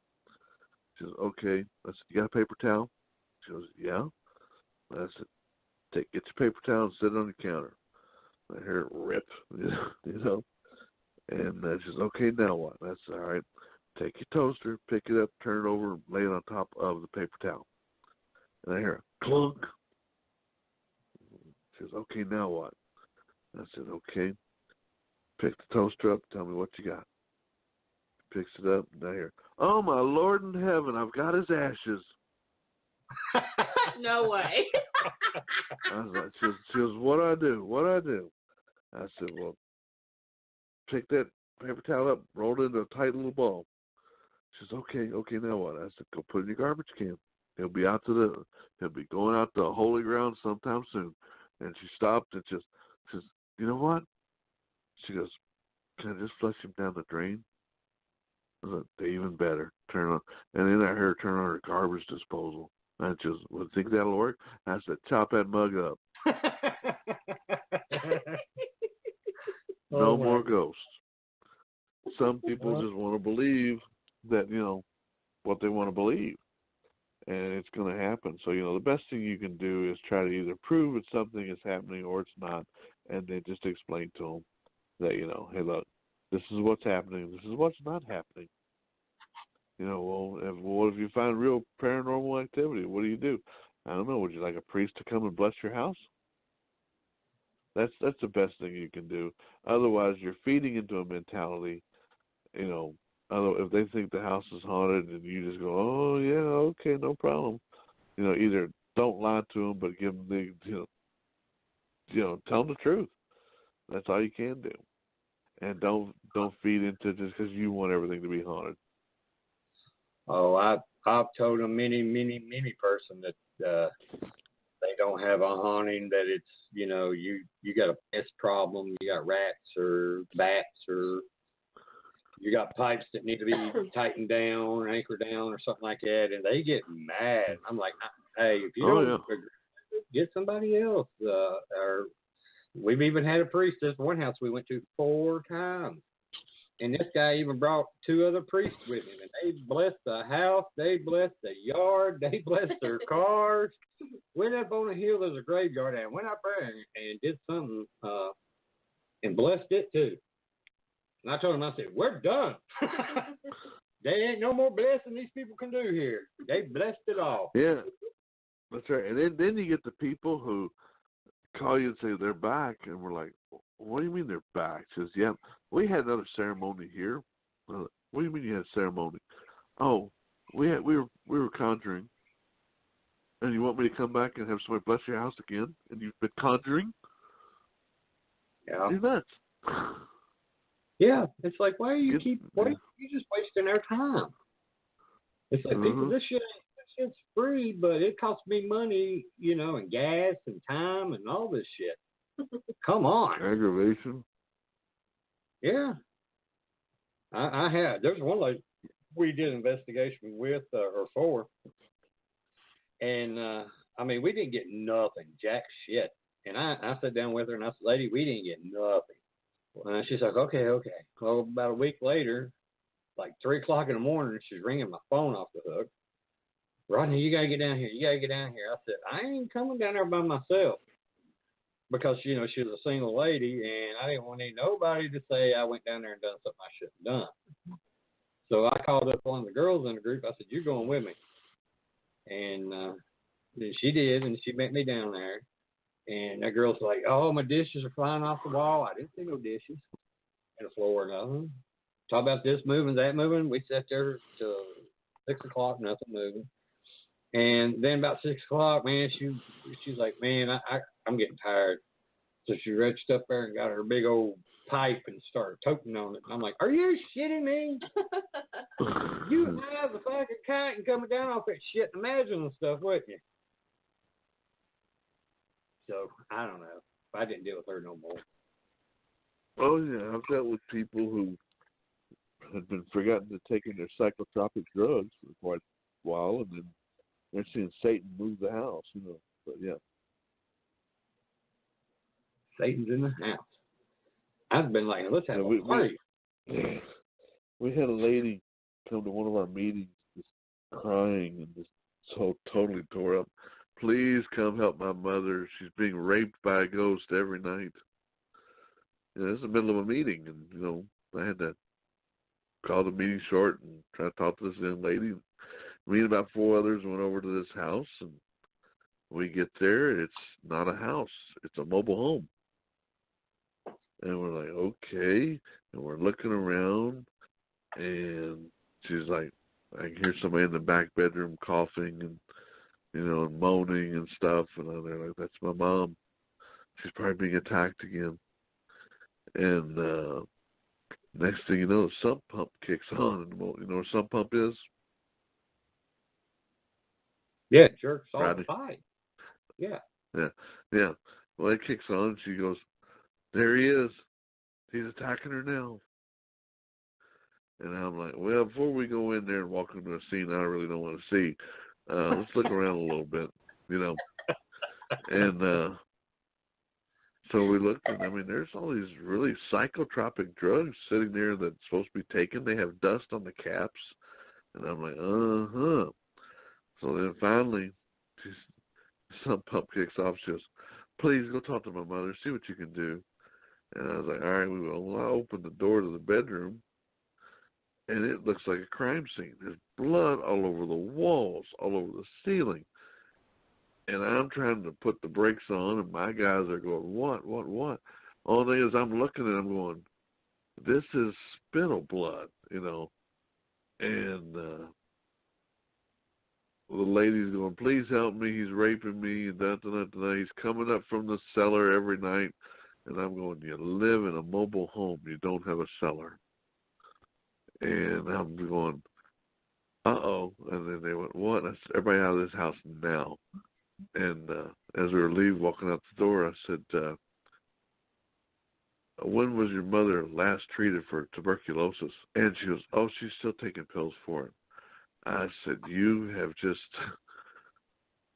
inoculated all of us that have been in your house. We've been around a dangerous case of open tuberculosis. Well, I had to go get shots and tested and everything else for 6 months. Holy shit. So you never know. Yeah, you don't know. You never know what you're going to walk into. That's why I agree with you when you said you don't go alone. You always have somebody with you. You always make sure you tell somebody where you're going so they can at least find your body if you don't ever show back up again. Well, at least I had it. Well, they ain't going to move my body too far because they can start dragging it. Oh, shit, leave him where he lays. He's too heavy. So, what's your opinion about the afterlife? I know it's kind of a loaded question. Mine, you know, I'm not an atheist. I got my own faith in what I believe in, stuff like that. But I think a lot of it goes to what your actual faith is. You know, if you're, you know, they have a certain vision of what they think the afterlife will be. Me, I'm just going, well, I either go to sleep and there is no more consciousness or anything else, or hopefully when I die, I'll go somewhere where, you know, friends that I've had, I'll meet them again, and, you know, it'll be a nice, idyllic place, or it's going to be hell on earth or hell below earth or whatever, and go from there. Mm-hmm. Yeah. Makes sense. I like it. You may adopt that. Well, have you ever dealt with anyone, or have you yourself ever, like, had an out-of-body experience, or you've been able to astro project? And if you have, or you know anyone that's done this, you know, what's your thoughts on it? Well, I don't know anybody that has, or anybody that's told me they have. As far as any afterlife thoughts, I've been dead 3 times. And all I remember doing was going to sleep. I never saw no white light. I never saw people going, "Hello, how are you? Good to see you." Nothing like that. I just remember waking up and going, "Why is everybody staring at me? And why am I on my back? And why can't I talk?" Mm-hmm. You know, things of that nature. So. Well, I actually, when I apparently died or was dying back in February, I did see a white light, but it's like I could feel my dad was there. I could smell him, but I couldn't see him. And then all of a sudden, this woman showed up, someone that I know, and butt ass naked, which I was like, wow, this is dying, man, this is cool. And then their hair turned into these long black wings, and I'm like, what the fuck are you doing? And you know, I wasn't saying it, but I could think it. And then all of a sudden, I woke up and I'm like, where the hell am I at? And I was in the hospital. So I guess that's like me. I woke up in an emergency room gurney. Yeah. Well, see, and that's like Mom. She had a massive heart attack about 6 years ago, and I mean, she died on me 4 or 5 times. Me trying to bring her back. She'd start breathing and get her pulse back, and then she'd just die again. And I asked her later on. I'm like, "Did you see anything?" "Nope, just darkness." And I told her what I seen. She's like, "Bullshit." She's like, "You're the most rotten person I know. There ain't no way you see no white light." I said, "Well, maybe you all got it all wrong. Maybe that's the thing. You're supposed to live life to the fullest, and I try to. And you all being all clamped down on everything. That's the reason why you live in darkness." Fuck you, Rodney. That's how my mama talks to me. That's some shit. So, what's your opinion about Ouija boards? Seeing how, you know, some groups use them, some groups don't. I know we don't, but what's your opinion on them? Well, again, it goes back to what your faith is in them. I don't think Parker Brothers has hired the devil to be at their shop up in New Brunswick to go, "This one's possessed, this one's not. This one's possessed, this one's not." That was a good one. You know, I just can't see him stand there at the end of the line where the board's being put in a box, going, sprinkle a little dust here, sprinkle a little dust there. I don't see that happening. Now the older ones, I could see something of that because they've got time, behind them. The old Druid boards and stuff like that. And they've got some history. Whereas, like I said, this little cardboard box that you get at the store, I'm like going, look, Satan's in the box. He'll talk to you. I just don't see it. I think it's what you put into it is what you get out of it. Yep, I agree. You gonna say anything else about the Ouija board? Yeah, I believe in them. You believe in them? I do believe in them. I think that I don't think Tom, Dick, and Harry need to be messing with them. I think you need to know what you're doing. Well, my opinion about Ouija boards, I think people give them the power, just like people give power to a lot of things. Whatever your conscious. It depends on what your faith is and what you think, whatever you put into it. Yep, and that's how I think it gets its power. And these people that believe in them, that's the reason why I don't like them being used around us. There's people in their groups that have this mentality that they could give it power, even if it's over themselves. And I don't want to deal with that shit with them. It's just like you want to do that, you do that at home. I don't want that involved in an investigation, because I feel like it takes away from the investigation, because then people start focusing more on that. Right. Yeah. See, I did say something smart. Uh-huh. That's just like, orgies. You want to do that, do it at home. What? Oh, shit. You're being mean to me. You are too. I am not. Ask him a question, damn it. I ain't talking to him no more. No, it's her. no, I'll talk to you all the time. Her? Mm-mm. Wow. You're thrown under the bus. Okay. I'm not throwing you under the bus. You are. I am You're not. backed over me. I can't say it right now. Go ahead. Oh my God, are you talking about golden showers? No, God, oh Lord, no. No R. Kelly here. Okay, good. I was going to say, y'all have fun. Clint. I'll be like, damn, I didn't even say goodbye. Can you hear me now? For real. Look, next question. So, when you're not too busy, what is some of the things you like to do? Well, we know one. Work with this. Oh, yeah, that's right. Work with this tool.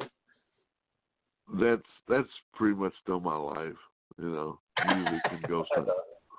Oh, okay. I thought you were talking about your tool. I'm sorry. Premature laugh. Damn, I prematured on you. Oh, no, God. You're close because I was. That's a hidden veil question. If you remember at the very beginning of this, I said music is just like life. It's got a little bit of metal, some wood. Damned if I can't get my dinner with both.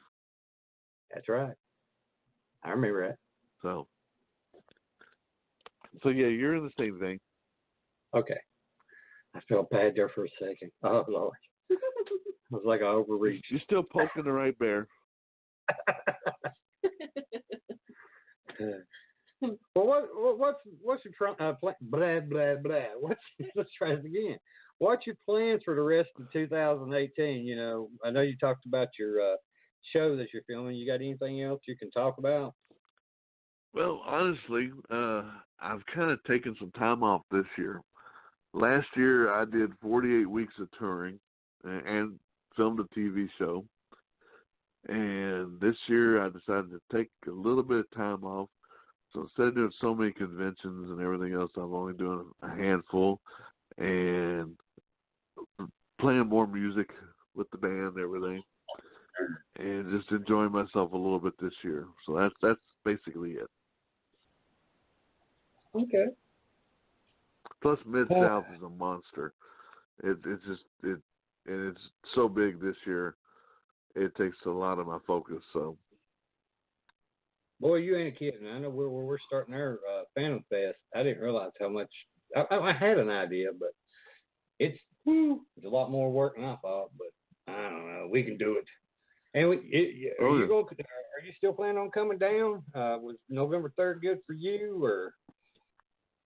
I'd like to. It still just depends on just keep reminding me of it. Okay, I will. Now, do you want to speak, or do you just want to set up? Because if you want to speak, I can put you on. We can do both. I don't mind speaking. All right, we got a new speaker. Yay! Now we've got 3. We have 3. No, actually 4. I forgot the Southern Gypsies. That's a whole bunch of women. Ain't they call that a gaggle?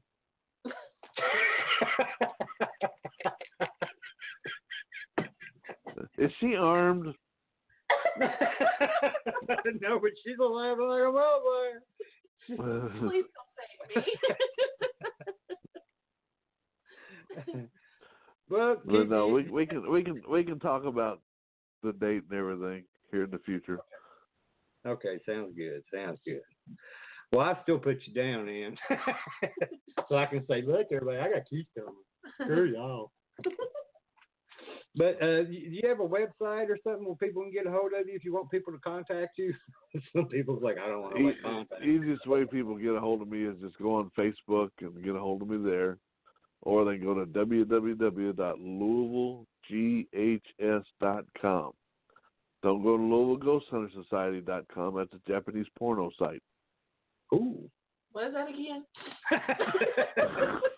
You know what your little Jap get on. You nasty girl. You nasty. LouisvilleGHS.com. That's the Louisville Ghost Hunters website. It sounds funny when you're laughing and you actually telling the deal. But the problem is, you think it's a little Japanese. Ding ding ding ding dong dong ding ding. I shouldn't have done that. That did sound racist, didn't it? I'm sorry. All you fans out there in Japan and China, I'm sorry. I didn't mean that you all make that kind of sound when you have sex. Yeah, I did. Fuck you. And how would you know?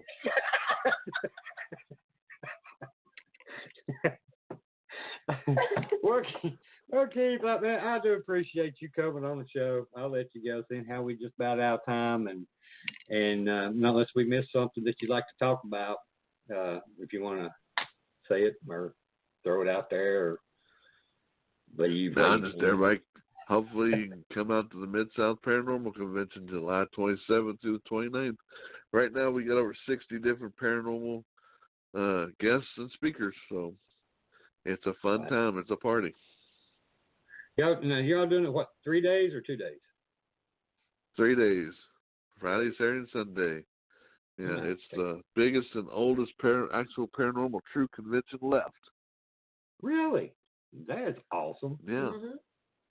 Yeah. A lot of the other ones, they've been out there not as long, and then they go, well, we have more attendance. Well, I'm like, well, you also have horror movie people, and this is a true paranormal event for paranormal people by paranormal people.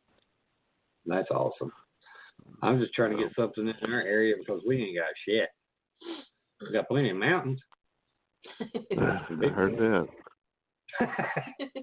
Okay, I'll let you go, man. Like I said, I do appreciate you coming on the show. I've had a great time. This 2-week vacation. It's awesome to come back. Somebody like Keith to get it started. Well, I've had fun. Thank you guys for having me. I've enjoyed it. Have a good night. Oh, now you're getting all safe. I'm going to try to. Or I'll take it however I can get it. Okay, man, you need anything, you give us a holler. We'll get you back on. If you want to, before you all have your show or convention and anything else you want to, we'll try to get the word out for you. Just pass it on. Sure, sounds good, brother. I appreciate it. And vice versa. You need anything, just give me a shout. Okay, man, I appreciate it. You have a good night. You too. Bye. Bye-bye. Well, everybody, what a hell of a ride that was. Love it, man. Love Keith. Great, man. I want to thank Keith for coming on the show. Like I said, we've had nothing but respect for the man and the job he's doing and has done for a long time. Long time. Long time. Did I emphasize long? Yep, okay. You got it. Well, we welcome him back anytime, but I doubt it if after he heard the long time shit, he'd be like, fuck you, Rod. And big thanks goes out to everyone who took the time to listen in. Thank you, Jimmy. We appreciate you. You're one true fan. Yes, he's awesome. I'd like to give a big shout out to the Vibe Radio Network and to Ryan for putting up with us. Also to the first responders of our men and women in the armed services. Thank you all for your service and the sacrifices you make every day to keep us safe. Our guest for next Thursday night, May 31st, will be KC Knight. KC Knight is a synonym.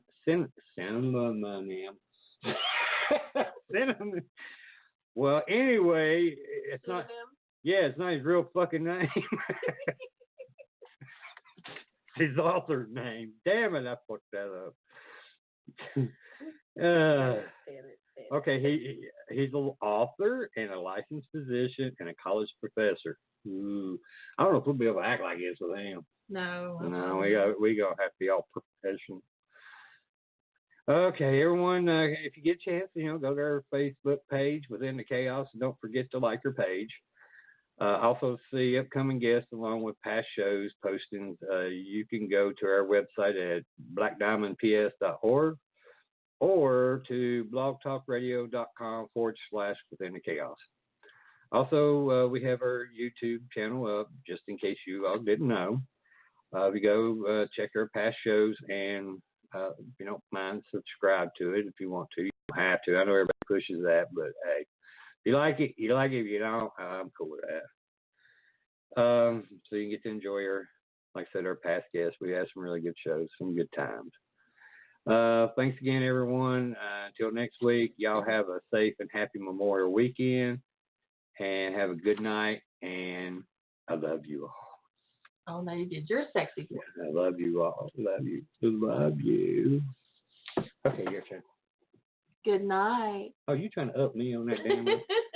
Oh, girl, that's messed up. Now I got to try to find out where my damn songs are. we're using this new thing here. Ryan, why you got so much shit on here? Jesus Christ, man, take some of this down so I can find my stuff. Yes, I'm talking about the studio. We got a little area over here to the right where you can play songs, music, or whatever. Oh my God, where is mine? Oh, there it is. Okay, bye-bye.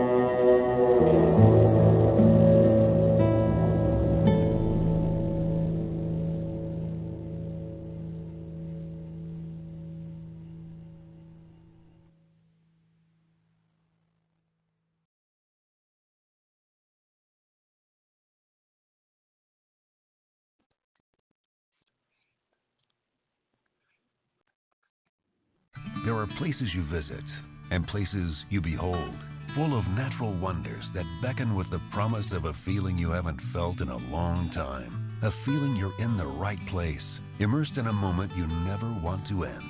It's here in West Virginia. From lush rolling hills to quiet streams and unexpected adventures. A place full of mystery and endless fascination. A place that's almost heaven. Find your version of heaven at wvtourism.com. Can a mountain sunrise awaken something deep inside us? Can a winding trail be the path to what we've been yearning for? In West Virginia, you can look for answers in rolling hills and hidden waterfalls and get back in touch with things that feel authentic and pure. Ask yourself if there's a feeling you've been missing. Then listen to the voice that's calling you to a place that's almost heaven. Find your version of heaven at wvtourism.com.